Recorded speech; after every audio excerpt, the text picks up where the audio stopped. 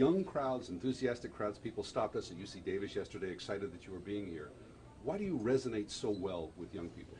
I think they realize what they're inheriting, what they're getting from the older generation: debt, big government, invasion of their privacy, wars that never end, a Federal Reserve that seems to take care of special interest groups, and they're not confident and they don't trust the government. They don't think they're hearing the truth.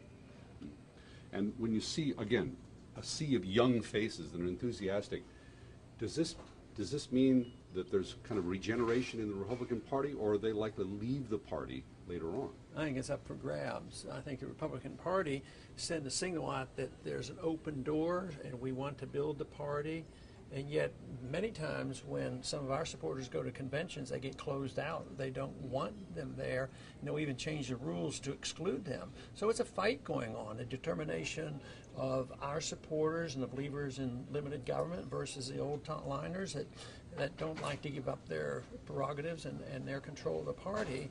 But there's a large number of people that are unidentified, independents, and the young people.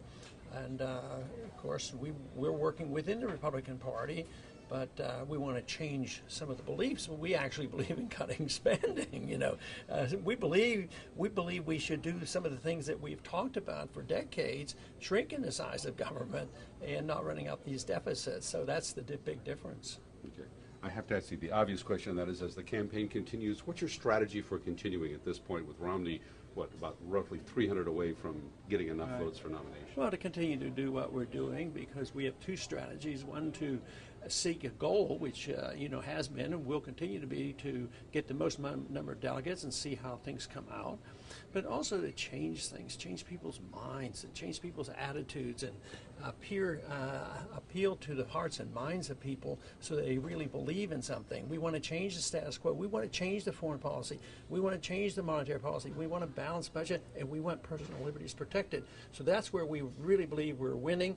Not only are we going to have a lot more delegates than the people realize, but we're also in positions now where we're winning chairmanships of the state parties and county parties, and a lot of people are getting elected to lower offices too. Yeah.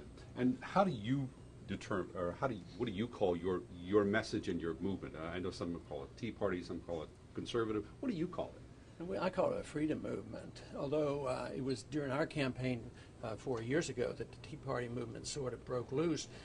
It doesn't, it's amorphous, it's too spread out, and so it doesn't, although we work very closely with the Tea Party people, we actually identify and work with some of the complaints that the Occupy people complain about too, special interests, the bailouts. So I call it a freedom movement. That's what we refer to, and the movement itself is to many a revolutionary thing, an intellectual revolution on the ideas of what the role of government ought to be. Okay, last question, I'll make it real quick. Will you be a candidate all the way until the convention? Oh, well, that remains to be seen. It depends on how things work out. I mean, I think that the delegates that have been working their way through, and there's still a lot to be counted, and this is where we're surprising a lot of people. Sure, we're going to work all the way through and keep the delegates and have a presence at the convention. That seems to be what politics is all about.